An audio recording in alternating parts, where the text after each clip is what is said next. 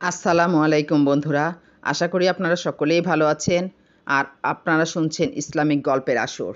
আজকে আপনাদের সামনে হাজির হয়েছি কুরআনুল কারিমের সূরা জুখরুফ ৪৩ নম্বর সূরা, ৮৯ আয়াত, ৭ রুকু, মক্কি সূরা। দয়াময় পরম দয়ালু আল্লাহর নামে শুরু করছি। হা মিম। শপথ সুস্পষ্ট কিতাবের, আমি ইহা অবতীর্ণ করিয়াছি আরবি ভাষায় কুরআন, যাহাতে তোমরা বুঝিতে পারো। ইহা তো রহিয়াছে আমার নিকট উম্মুল কিতাবে, ইহা মহান জ্ঞানগর্ভ। আমি কি তোমাদিগ হইতে এই উপদেশবাণী সম্পূর্ণরূপে প্রত্যাহার করিয়া লইব, এই কারণে যে তোমরা সীমালঙ্ঘনকারী সম্প্রদায়? পূর্ববর্তীদের নিকট আমি বহু নবী প্রেরণ করিয়াছিলাম, এবং যখনই উহাদের নিকট কোনো নবী আসিয়াছে তাহারা ঠাট্টা বিদ্রূপ করিয়াছে। যাহারা ইহাদের অপেক্ষা শক্তিতে প্রবল ছিল তাহাদিগকে আমি ধ্বংস করিয়াছিলাম, আর এইভাবে চলিয়া আসিয়াছে পূর্ববর্তীদের অনুরূপ দৃষ্টান্ত। তুমি যদি উহাদিগকে জিজ্ঞাসা করো, কে আকাশমণ্ডল ও পৃথিবী সৃষ্টি করিয়াছে, উহারা অবশ্যই বলিবে, এইগুলি তো সৃষ্টি করিয়াছেন পরাক্রমশালী সর্বজ্ঞ আল্লাহ, যিনি তোমাদের জন্য পৃথিবীকে করিয়াছেন শয্যা এবং উহাতে করিয়াছেন তোমাদের চলিবার পথ, যাহাতে তোমরা সঠিক পথ পাইতে পারো, এবং যিনি আকাশ হইতে বাড়ি বর্ষণ করেন পরিমিতভাবে, অতঃপর আমি তদ্দ্বারা সঞ্জীবিত করি নির্জীব জনপদকে, এইভাবেই তোমাদিগকে বাহির করা হইবে।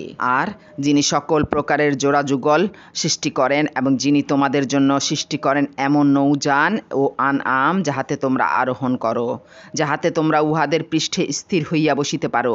তারপর তোমাদের প্রতিপালকের অনুগ্রহ স্মরণ করো, যখন তোমরা উহার ওপর স্থির হইয়া বসো, এবং বলো, পবিত্র ও মহান তিনি, যিনি ইহাদিগকে আমাদের বশীভূত করিয়া দিয়াছেন, যদিও আমরা সমর্থ ছিলাম না ইহাদিগকে বশীভূত করিতে। আমরা আমাদের প্রতিপালকের নিকট অবশ্যই প্রত্যাবর্তন করিব।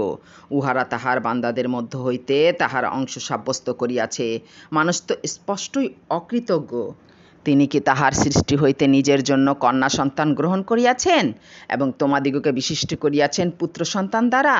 দয়াময় আল্লাহর প্রতি উহারা যাহা আরোপ করে, উহাদের কাহাকেও সেই সন্তানের সংবাদ দেওয়া হইলে তাহার মুখমণ্ডল কালো হইয়া যায়, এবং সে দুঃসহ মর্ম যন্ত্রণায় ক্লিষ্ট হয়। উহারা কি আল্লাহর প্রতি আরোপ করে এমন সন্তান, যে অলঙ্কারে মণ্ডিত হইয়া লালিত পালিত হয় এবং তর্ক বিতর্ককালে স্পষ্ট বক্তব্যে অসমর্থ? উহারা দয়াময় আল্লাহর বান্দা ফিরিস্তাদিগকে নারী গণ্য করিয়াছে। ইহাদের সৃষ্টি কি উহারা প্রত্যক্ষ করিয়াছিল? উহাদের উক্তি অবশ্যই লিপিবদ্ধ করা হইবে, এবং উহাদিগকে জিজ্ঞাসা করা হইবে। উহারা বলে, দয়াময় আল্লাহ ইচ্ছা করিলে আমরা ইহাদের পূজা করিতাম না। এ বিষয়ে উহাদের কোনো জ্ঞান নাই, উহারা তো কেবল মন গড়া বলিতেছে। আমি কি উহাদিগকে কুরআনের পূর্বে কোনো কিতাব দান করিয়াছি, যাহা উহারা দৃঢ়ভাবে ধারণ করিয়া আছে? বরং উহারা বলে, আমরা তো আমাদের পূর্বপুরুষদিগকে পাইয়াছি এক মতাদর্শের অনুসারী, এবং আমরা তাহাদেরই পদাঙ্ক অনুসরণ করিতেছি। এইভাবে তোমার পূর্বে কোনো জনপদে যখনই আমি কোনো সতর্ককারী প্রেরণ করিয়াছি, তখন উহার সমৃদ্ধশালী ব্যক্তিরা বলিত, আমরা তো আমাদের পূর্বপুরুষদিগকে পাইয়াছি এক মতাদর্শের অনুসারী, এবং আমরা তাহাদেরই পদাঙ্ক অনুসরণ করিতেছি। সেই সতর্ককারী বলিত, তোমরা তোমাদের পূর্বপুরুষগণকে যে পথে পাইয়াছ, আমি যদি তোমাদের জন্য তদপেক্ষা উৎকৃষ্ট পথ নির্দেশ আনয়ন করি, তবু কি তোমরা তাহাদের পদাঙ্ক অনুসরণ করিবে?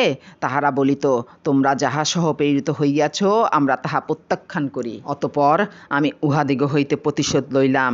দেখো মিথ্যাচারীদের পরিণাম কি হইয়াছে।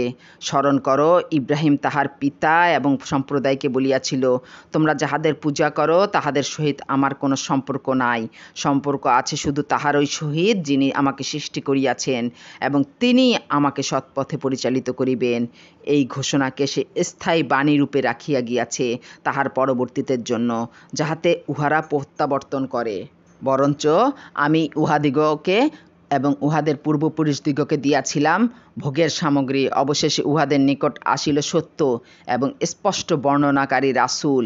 যখন উহাদের নিকট সত্য আসিল, উহারা বলিল, ইহা তো জাদু, এবং আমরা ইহা প্রত্যাখ্যান করি। এবং ইহারা বলে, এই কুরআন কেন নাজিল করা হইল না দুই জনপদের কোনো প্রতিপত্তিশালী ব্যক্তির ওপর? ইহারা কি তোমার প্রতিপালকের করুণা বন্টন করে? আমি উহাদের মধ্যে উহাদের জীবিকা বন্টন করি, পার্থিব জীবনে, এবং একজনকে অপরের ওপর মর্যাদায় উন্নত করি, যাহাতে একে অপরের দ্বারা কাজ করাইয়া লইতে পারে, এবং উহারা যাহা জমা করে তাহা হইতে তোমার প্রতিপালকের অনুগ্রহ উৎকৃষ্টতর। সত্য প্রত্যাখ্যানে মানুষ এক মতাবলম্বী হইয়া পড়িবে। এই আশঙ্কা না থাকিলে দয়াময় আল্লাহকে যাহারা অস্বীকার করে, উহাদিগকে আমি দিতাম উহাদের গৃহের জন্য রৌপ্য নির্মিত ছাদ ও সিঁড়ি, যাহাতে উহারা আরোহণ করে, এবং উহাদের গৃহের জন্য দরজা ও পালঙ্ক, যাহাতে উহারা হেলান দিয়া বিশ্রাম করিতে পারে, এবং স্বর্ণ নির্মিত। আর এই সকলেই তো শুধু পার্থিব জীবনের ভোগসম্ভার। মুত্তাকিদের জন্য তোমার প্রতিপালকের নিকট রহিয়াছে আখিরাতের কল্যাণ। যে ব্যক্তি দয়াময় আল্লাহর স্মরণে বিমুখ হয়, আমি তাহার জন্য নিয়োজিত করি এক শয়তান, অতঃপর সেই হয় তাহার সহচর। শয়তানেরাই মানুষকে সৎপথ হইতে বিরত রাখে, অথচ মানুষ মনে করে তাহারা সৎপথে পরিচালিত হইতেছে। অবশেষে যখন সে আমার নিকট উপস্থিত হইবে, তখন সে শয়তানকে বলিবে, হায়, আমার ও তোমার মধ্যে যদি পূর্ব ও পশ্চিমের ব্যবধান থাকিত, কত নিকৃষ্ট সহচর সে!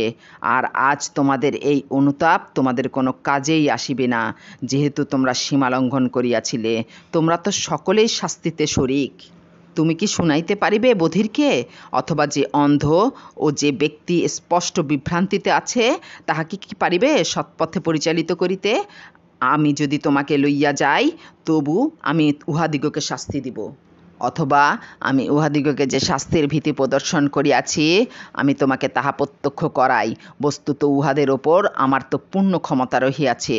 সুতরাং তোমার প্রতি যাহা ওহী করা হইয়াছে, তাহা দৃঢ়ভাবে অবলম্বন করো। তুমি সরল পথেই রহিয়াছ। কুরআন তো তোমার ও তোমার সম্প্রদায়ের জন্য সম্মানের বস্তু। তোমাদিগকে অবশ্যই এ বিষয়ে প্রশ্ন করা হইবে। তোমার পূর্বে আমি যে সকল রাসূল প্রেরণ করিয়াছিলাম, তাহাদিগকে তুমি জিজ্ঞাসা করো, আমি কি দয়াময় আল্লাহ ব্যতীত কোনো দেবতা স্থির করিয়াছিলাম, যাহার ইবাদত করা যায়? মূসাকে তো আমি আমার নিদর্শন সহ ফিরাউন ও তাহার পরিষদবর্গের নিকট পাঠাইয়াছিলাম। সে বলিয়াছিল, আমি তো জগৎসমূহের প্রতিপালকের প্রেরিত। সে উহাদের নিকট আমার নিদর্শন সহ আসিবা মাত্র উহারা তাহা লইয়া হাসি ঠাট্টা করিতে লাগিল। আমি উহাদিগকে এমন কোনো নিদর্শন দেখাই নাই, যাহা উহার অনুরূপ নিদর্শন অপেক্ষা শ্রেষ্ঠ নহে। আমি উহাদিগকে শাস্তি দিলাম, যাহাতে উহারা প্রত্যাবর্তন করে। উহারা বলিয়াছিল, হে জাদুকর, তোমার প্রতিপালকের নিকট তুমি আমাদের জন্য তাহা প্রার্থনা করো, যাহা তিনি তোমার সহিত অঙ্গীকার করিয়াছেন। তাহা হইলে আমরা অবশ্যই সৎপথ অবলম্বন করিব। অতঃপর যখন আমি উহাদিগ হইতে শাস্তি বিদূরিত করিলাম, তখনই উহারা অঙ্গীকার ভঙ্গ করিয়া বসিল। ফিরাউন তাহার সম্প্রদায়ের মধ্যে এই বলিয়া ঘোষণা করিল, হে আমার সম্প্রদায়, মিশর রাজ্য কি আমার নহে? আর এই নদীগুলো আমার পাদদেশে প্রবাহিত। তোমরা ইহা দেখো না? আমি তো শ্রেষ্ঠ এই ব্যক্তি হইতে, যে হীন এবং স্পষ্ট কথা বলিতেও অক্ষম। মূসাকে কেন দেওয়া হইল না স্বর্ণবলয়, অথবা তাহার সঙ্গে কেন আসিল না ফিরিস্তাগণ দলবদ্ধভাবে? এইভাবে সে তাহার সম্প্রদায়কে হতবুদ্ধি করিয়া দিল। ফলে উহারা তাহার কথা মানিয়া লইল। উহারা তো ছিল এক সত্যত্যাগী সম্প্রদায়। যখন উহারা আমাকে ক্রোধান্বিত করিল, আমি উহাদিগকে শাস্তি দিলাম এবং নিমজ্জিত করিলাম উহাদের সকলকে। তৎপর পরবর্তীদের জন্য আমি উহাদিগকে করিয়া রাখিলাম অতীত ইতিহাস ও দৃষ্টান্ত। যখন মারিয়াম তনয়ের দৃষ্টান্ত উপস্থিত করা হয়, তখন তোমার সম্প্রদায় তাহাতে শোরগোল আরম্ভ করিয়া দেয় এবং বলে, আমাদের উপাস্যগুলি শ্রেষ্ঠ না ঈশা? ইহারা কেবল বাগ্বিতণ্ডার উদ্দেশ্যেই তোমাকে এই কথা বলে। বস্তুত ইহারা তো এক বিতণ্ডকারী সম্প্রদায়। সে তো ছিল আমারই এক বান্দা, যাহাকে আমি অনুগ্রহ করিয়াছিলাম এবং করিয়াছিলাম বনী ইসরাইলের জন্য দৃষ্টান্ত। আমি ইচ্ছা করিলে তোমাদের মধ্য হইতে ফিরিস্তা সৃষ্টি করিতে পারিতাম, যাহারা পৃথিবীতে উত্তরাধিকারী হইত। ঈসা তো কিয়ামতের নিশ্চিত নিদর্শন। সুতরাং তোমরা কিয়ামতে সন্দেহ করিও না এবং আমাকে অনুসরণ করো, ইহাই সরল পথ। শয়তান যেন তোমাদিগকে কিছুতেই নিবৃত্ত না করে। সে তো তোমাদের প্রকাশ্য শত্রু। ঈসা যখন স্পষ্ট নিদর্শন সহ আসিল, তখন সে বলিয়াছিল, আমি তো তোমাদের নিকট আসিয়াছি প্রজ্ঞাসহ, এবং তোমরা যে কতক বিষয়ে মতভেদ করিতেছ, তাহা স্পষ্ট করিয়া দিবার জন্য। সুতরাং তোমরা আল্লাহকে ভয় করো এবং আমার অনুসরণ করো। আল্লাহ তো আমার প্রতিপালক এবং তোমাদেরও প্রতিপালক, অতএব তোমরা তাহার ইবাদত করো, ইহাই সরল পথ। অতঃপর উহাদের বিভিন্ন দল মতানৈক্য সৃষ্টি করিল। সুতরাং জালিমদের জন্য দুর্ভোগ মর্মন্তুদ দিবসের শাস্তির। উহারা তো উহাদের অজ্ঞাতসারে আকস্মিকভাবে কিয়ামত আসিবারই অপেক্ষা করিতেছে। বন্ধুরা, সেই দিন হইয়া পড়িবে একে অপরের শত্রু, মুত্তাকিরা ব্যতীত। হে আমার বান্দাগণ, আজ তোমাদের কোনো ভয় নাই এবং তোমরা দুঃখিতও হইবে না, যাহারা আমার আয়াতে বিশ্বাস করিয়াছিল এবং আত্মসমর্পণ করিয়াছিল। তোমরা এবং তোমাদের সহধর্মিণীগণ সানন্দে জান্নাতে প্রবেশ করো। স্বর্ণের থালা ও পানপাত্র লইয়া তাহাদিগকে প্রদক্ষিণ করা হইবে। সেথায় রহিয়াছে সমস্ত কিছু, যাহা অন্তর চাহে এবং যাহাতে নয়ন তৃপ্ত হয়, সেথায় তোমরা স্থায়ী হইবে। ইহাই জান্নাত, তোমাদিগকে যাহার অধিকারী করা হইয়াছে তোমাদের কর্মের ফলস্বরূপ। সেথায় তোমাদের জন্য রহিয়াছে প্রচুর ফলমূল, তাহা হইতে তোমরা আহার করিবে। নিশ্চয়ই অপরাধীরা জাহান্নামের শাস্তিতে থাকিবে স্থায়ীভাবে। উহাদের শাস্তি লাঘব করা হইবে না এবং উহারা উহাতে হতাশ হইয়া পড়িবে। আমি উহাদের প্রতি জুলুম করি নাই, বরং উহারা নিজেরাই ছিল জালিম। উহারা চিৎকার করিয়া বলিবে, হে মালিক, তোমার প্রতিপালক যেন আমাদিগকে নিঃশেষ করিয়া দেন। সে বলিবে, তোমরা তো এইভাবেই থাকিবে।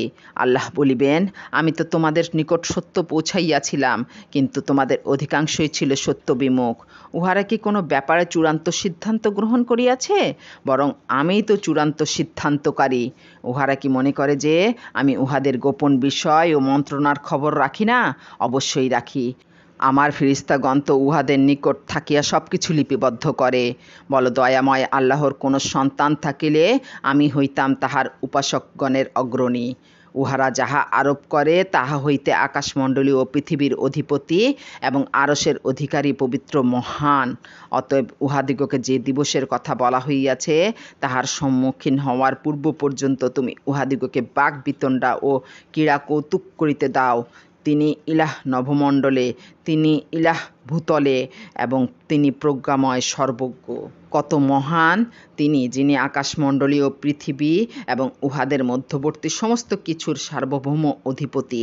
কিয়ামতের জ্ঞান কেবল তাহারই আছে এবং তাহারই নিকট তোমরা প্রত্যাবর্তিত হইবে। আল্লাহর পরিবর্তে উহারা যাহাদিগকে ডাকে, সুপারিশের ক্ষমতা তাহাদের নাই, তবে যাহারা সত্য উপলব্ধি করিয়া উহার সাক্ষ্য দেয় তাহারা ব্যতীত। যদি তুমি উহাদিগকে জিজ্ঞাসা করো, কে উহাদিগকে সৃষ্টি করিয়াছে, উহারা অবশ্যই বলিবে আল্লাহ। তবুও উহারা কোথায় ফিরিয়া যাইতেছে? আমি অবগত আছি রাসূলের এই উক্তি, হে আমার প্রতিপালক, এই সম্প্রদায় তো ঈমান আনিবে না। সুতরাং তুমি উহাদিগকে উপেক্ষা করো এবং বলো, সালাম, উহারা শীঘ্রই জানিতে পারিবে। এতক্ষণ মনোযোগ সহকারে কুরআনুল কারীমের সূরা যুখরুফ এর অনুবাদ শোনার জন্য আপনাদেরকে অসংখ্য ধন্যবাদ। কেমন লাগলো তা কমেন্ট করে অবশ্যই জানাবেন। লাইক, সাবস্ক্রাইব করতেও ভুলবেন না। আসসালামু আলাইকুম।